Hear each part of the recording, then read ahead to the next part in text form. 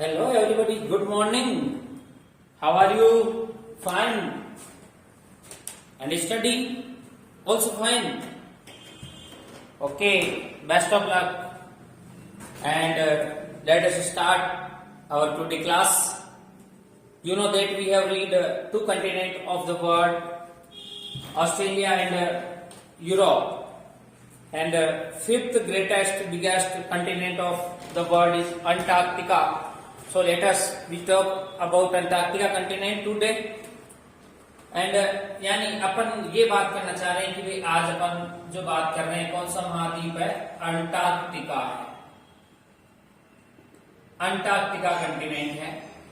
तो Antarctica continent के आधार पर अगर भौगोलिक स्थिति के आधार पर मैं बात करूंगा तो अंटार्कटिका जो कंटिनेंट है यह आपके इस प्रकार से फैला हुआ है अंटार्कटिका। और इधर अगर मैं बात करूं तो यहीं पर आपके ये जो महाद्वीप आने वाला है इसे अपन बोलते हैं दक्षिणी अमेरिका।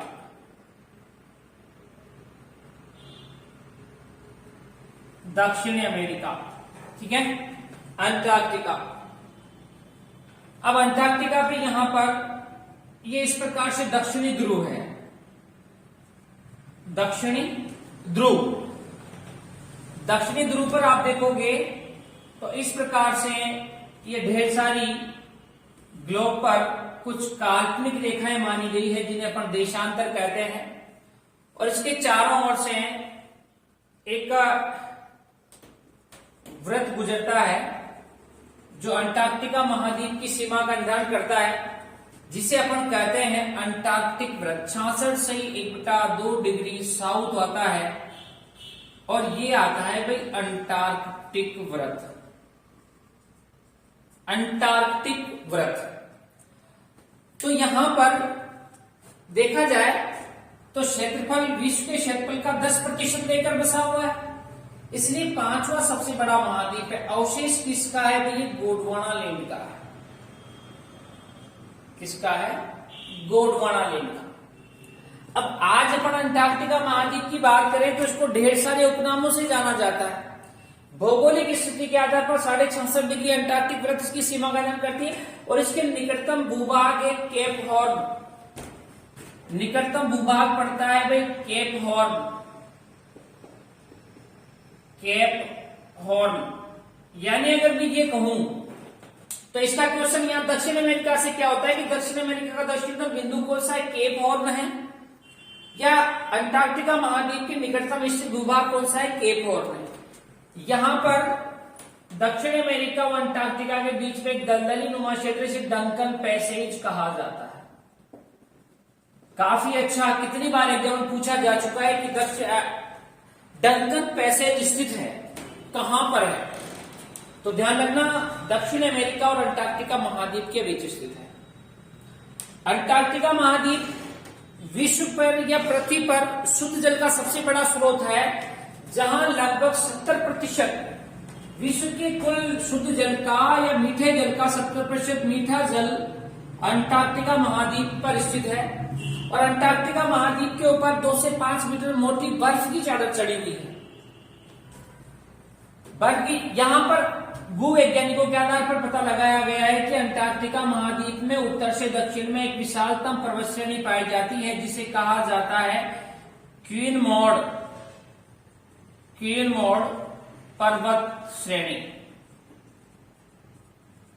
क्वीनमोड पर्वत श्रेणी जिसका सर्वोच्च शिखर पड़ता है भाई, सर्वोच्च शिखर है विसन मैसिक, विसन मैसिक। तो अगर मैं आपसे बात कहूं कि अंटार्कटिका महाद्वीप की सबसे ऊंची चोटी कौन सी? विसन मैसिक है। कौन सी है? विसन मैसिक। जो कौन सी पर्वतमाला का भाग है? क्वीनमोड पर्वत श्रेणी। और इसके एक और वेडल सागर है, वेडल सागर, और एक और है रॉस सागर।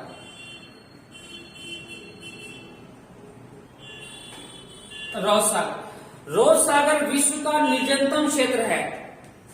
रॉस सागर विश्व का निर्जनतम वन क्षेत्र है और 2016 में CCAMLR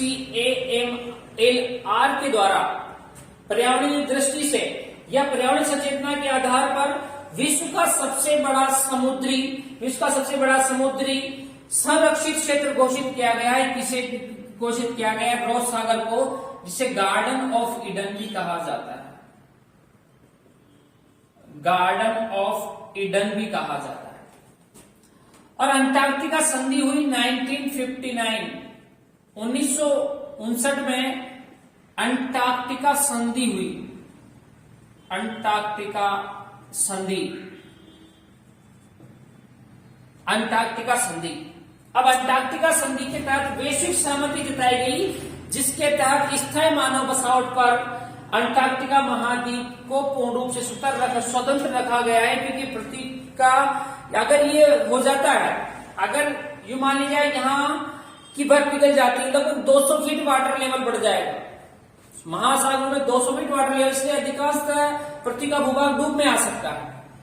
तो स्थायी मानव बसावट के लिए यूएनओ के द्वारा पूर्णतः प्रतिबंध कर दिया गया है। हाँ, केवल वैज्ञानिक अनुसंधानों के लिए यहाँ पर अस्थायी निवास किया जा सकता है।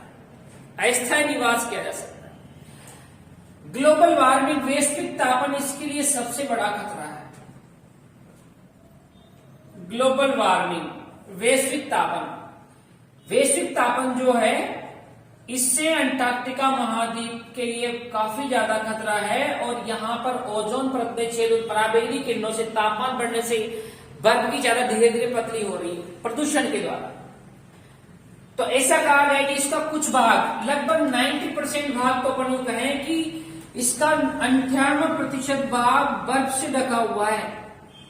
केवल 2% भाग बर्फहीन है, जिसे कहा जाता है, भाई क्या कहा जाता है? पाल्मर प्रायद्वीप कहा जाता है। पाल्मर प्रायद्वीप के नाम से जाना जाता है। और अगर अपने से उपनामों के देखो, क्षेत्रफल 10% है, गोंडवाना का अवशेष है, 70% शुद्ध जल है, मीठा जल है। अंटार्कटिका महाद्वीप में 58% भाग पर बर्फ की मोटी चादर चढ़ी हुई है। केवल 2% भाग बर्फहीन है, जिसे अपन कहते हैं, क्या कहा जाता है भाई? पाल्मर प्रायद्वीप कहा जाता है। सबसे ऊंची चोटी विश्व में से क्या? रोज सागर के बारे में क्वेश्चन याद है, गार्डन ऑफ ईडन आप इसे कहते हो, निकटतम भाग डंकन प्रेशर। अब इसके उपनाम अगर अपन चर्चा करें कि किस किस नामों से आप अंटार्कटिका महाद्वीप को, श्वेत है, निर्जन है, निर्जन महाद्वीप, विज्ञान के लिए समर्पित महाद्वीप है, विज्ञान के लिए समर्पित महाद्वीप भी आप इसे कहते हो, अस्थायी धरातल का महाद्वीप है। अस्थायी धरातल का महाद्वीप आप इसे इसलिए कहते हो क्योंकि सूर्य की किरणें 6 महीने के दिन जब होते हैं तो सूर्य की किरणें तिरछी पहुंचने पर यहाँ पर हिमनद या इनके बड़े बड़े सेल जो है अपने स्थान से गतिमान हो जाते हैं। इसलिए अस्थायी जो है भूमि का महाद्वीप भी धरातल का महाद्वीप भी कहा जाता है। पृथ्वी के भूत भविष्य का महाद्वीप, भूत भविष्य का महाद्वीप। शुष्कतम महाद्वीप है, या अपन यूं कहें विश्व का सबसे ठंडा महाद्वीप है।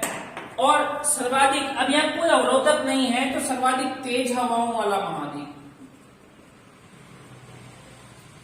आदि उपनामों से आप इसे जान सकते हो। किसे? अंटार्कटिका महाद्वीप। हाँ, अंटार्कटिका महाद्वीप पर 4.5 डिग्री के समानांतर जो पवनें चलती है उन्हें अपन कहते हैं ठंडी पवनें, जो अंटार्कटिका के समान चलती है, ब्लिजर्ड। तो अगर मैं यूं कहूं कि अंटार्कटिका महाद्वीप पर चलने वाली बर्फीली पवनों को, ठंडी पवनों को किस नाम से जाना जाता है? वे ब्लिजर्ड के नाम से जाना जाता है। और अंटार्कटिका महाद्वीप में एक पक्षी उड़ता रहता है, जिसे अपन पेंगुइन कहते हैं। और यहाँ पर काफी छोटे आकार की क्रील मछली झुंडों के रूप में पाई जाती है बर्फ के अंदर। ठीक, इसके बाद अंटार्कटिका को विज्ञान के लिए समर्पित महाद्वीप आप कह रहे हो, तो यहां पर क्या हुआ कि भारत के द्वारा भी क्या किया गया कि एक निश्चित अवधि के दौरान समय समय पर अंटार्कटिका पर कुछ अभियान, अंटार्कटिका अनुसंधान केंद्र भारत में गोवा में स्थापित किया गया है। अंटार्कटिका अनुसंधान केंद्र भारत में गोवा में स्थापित किया गया है। तो यहां पर सबसे पहले अंटार्कटिका पर खोज अभियान भेजा भारत ने शहीद जहूर कासिम के नेतृत्व में। शहीद जहूर कासिम, शहीद जहूर कासिम के नेतृत्व में अंटार्कटिका पर भारत का पहला अभियान गया था और पहले अभियान के तहत यहीं पर भारत का जो अनुसंधान केंद्र स्थापित किया गया है जिसे कहा जाता है दक्षिणी गंगोत्री।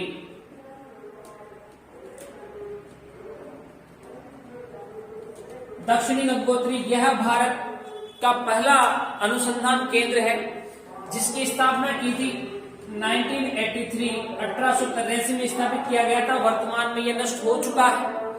इसके बाद दूसरा अनुसंधान केंद्र जो यहां पर स्थापित किया मैत्री दूसरा अनुसंधान केंद्र जो अंटार्कटिका महाद्वीप में 1989 में स्थापित किया गया था। तीसरा जो होमी जहांगीर बाबा के नेतृत्व में स्थापित किया गया जिसका नाम था भारती 2012 में स्थापित किया। तो इस प्रकार से अंटार्कटिका महाद्वीप पर भारत के 3 अनुसंधान केंद्र हैं, दक्षिण गंगोत्री, मैत्री और भारती। क्रमशः आप ध्यान रखना, पहला, दूसरा, तीसरा कौन सा नष्ट हो चुका है, दक्षिणी गंगोत्री नष्ट हो चुका है। तो इस आधार पर अभी तक भारत में अभी 36वां अभियान या 36 अभियान अंटार्कटिका पर भारत के हो चुके हैं। यहां अंटार्कटिका महाद्वीप के अस्तित्व को खतरा देखते हुए यहां पर एक सक्रिय ज्वालामुखी पाया जाता है जिसे कहा जाता है इरेबस शिखर।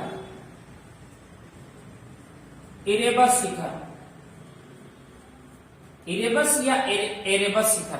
तो अगर ये कहा जाए अंटार्कटिका महाद्वीप में स्थित सक्रिय ज्वालामुखी कौन सा है, इरेबस या एरेबस शिखर है।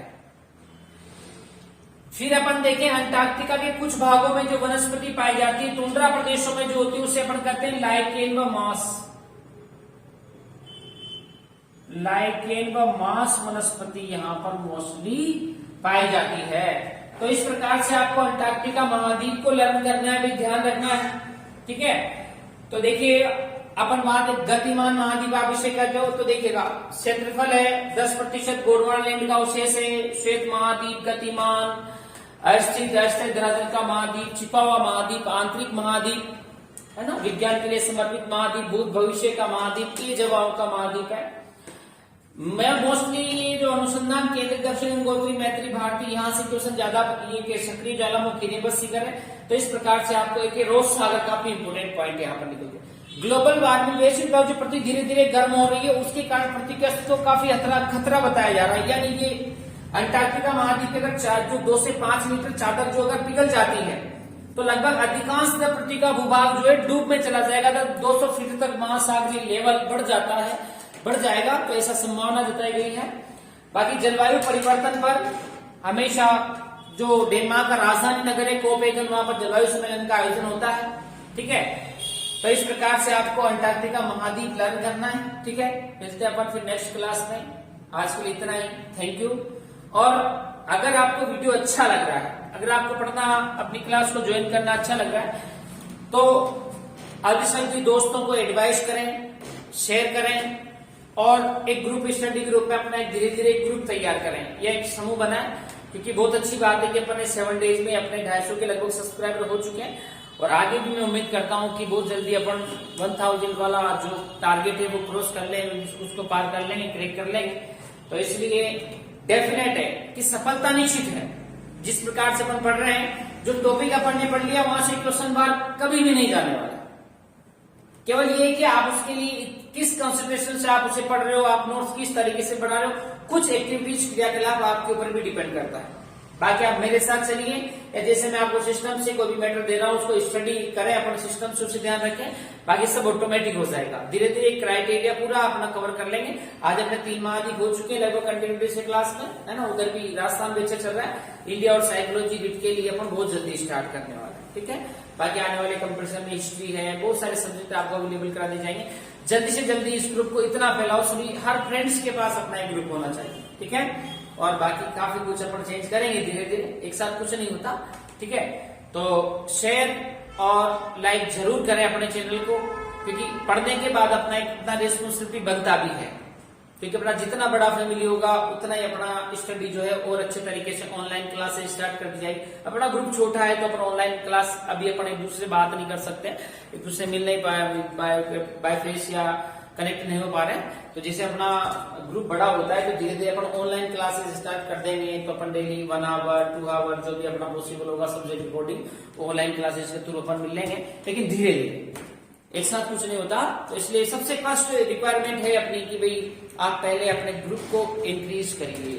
अगर आपको मैटर अच्छा फर्स्ट सजेशन आपका है, अगर आपको अच्छा लग रहा है तो डेफिनेट रूप से 2 फ्रेंड्स 5 फ्रेंड्स को एडवाइस करिए, ताकि वो भी अपने इस चैनल को लाइक सब्सक्राइब और शेयर करें। तो धीरे धीरे अपना ग्रुप बड़ा हो जाएगा। फिर अपन मिलते हैं, चलो ठीक है, इसके साथ थैंक यू, शुभ रात्रि, गुड नाइट, मिलते हैं अपन नेक्स्ट क्लास में, ठीक है, धन्यवाद।